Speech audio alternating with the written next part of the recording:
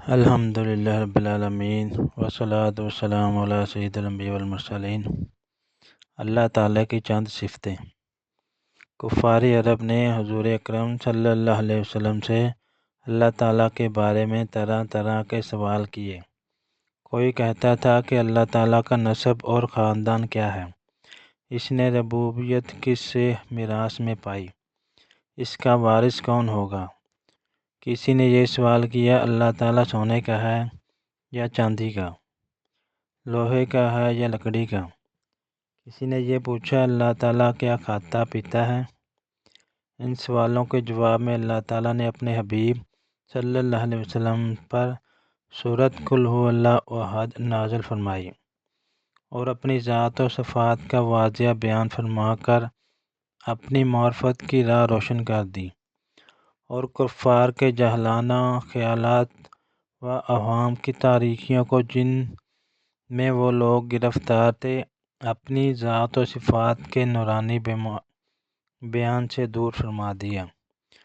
ارشاد فرمایا، ترجمہ کنز الایمان: تم فرماؤ وہ اللہ ہے، وہ ایک ہے، اللہ بے نیاز ہے، نہ اس کی کوئی اولاد اور نہ وہ کسی سے پیدا ہوا اور نہ اس کے جوڑ کا کوئی۔ درس ہدایت۔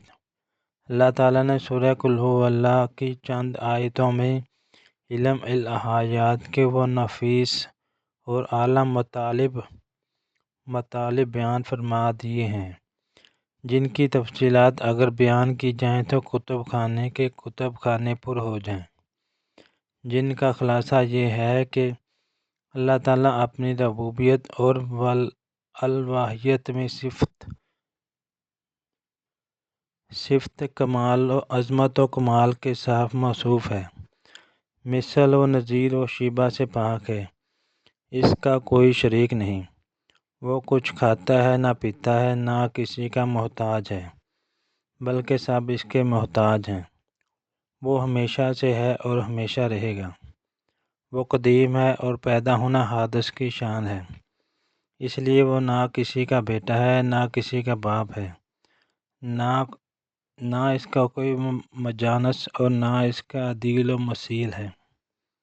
اس سورہ مبارکہ کی فضیلتوں کے متعلق بہت سی احادیث وارد ہوئی ہیں۔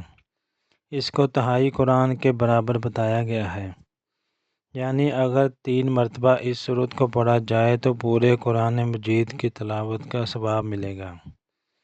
ایک شخص نے حضور سید عالم صلی اللہ علیہ وسلم سے عرض کیا، مجھے اس سورت سے محبت ہے، تو آپ نے فرمایا کہ اس کی محبت تجھے جنت میں داخل کر دے گی۔